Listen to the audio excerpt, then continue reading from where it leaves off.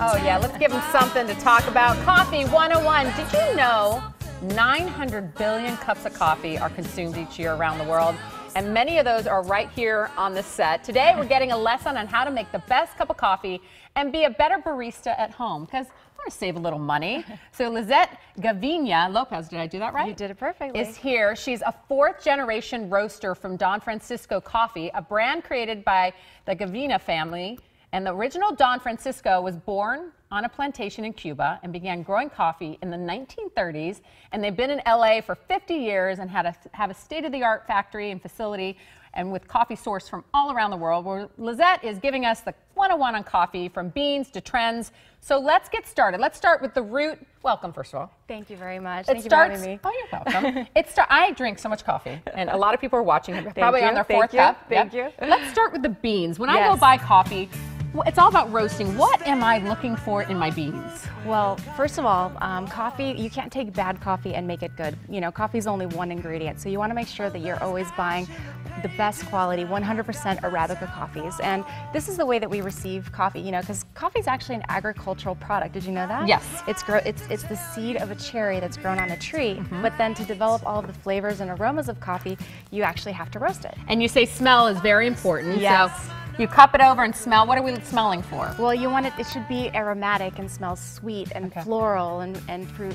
Fruit is a very common, you know. Common. Yeah, no, yes. So now the hot thing right now is not drip coffee, but pour over coffee. What is it? Let's do this. Yeah, so this is a trend in home brewing right now, pour over coffee. So basically, what is this? This is a Chemex, and this is one of my favorite pour over types of coffees. And what we do first is, you know, you want to make sure, of course, you have fresh coffee.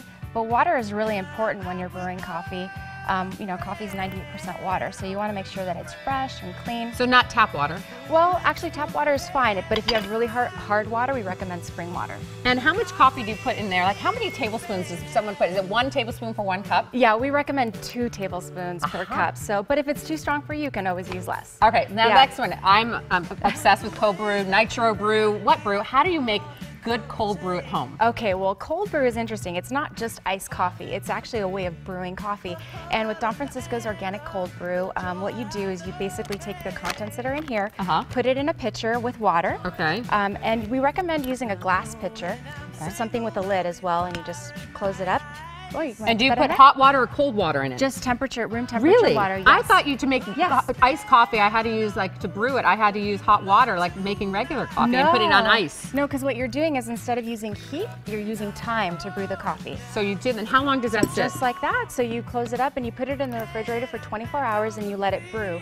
Then you take out those packs the next day. Okay. And you add a little bit more water and you have fresh cold brew in up to a week in the refrigerator. Ooh, I'm pouring this, you know, let's go to the espresso, but you know what I hated about hot coffee? I would just put my hot coffee over ice and then become watered down. I'm gonna take my coffee with me. That's your cold brew, that's for you. Okay, espresso. Yes. What's the trick with espresso? So I'm sure you have a bunch of friends that have really fancy espresso machines at home and grinders, but espresso is a very hot trend in coffee right now, and I really want to encourage consumers to try it at home.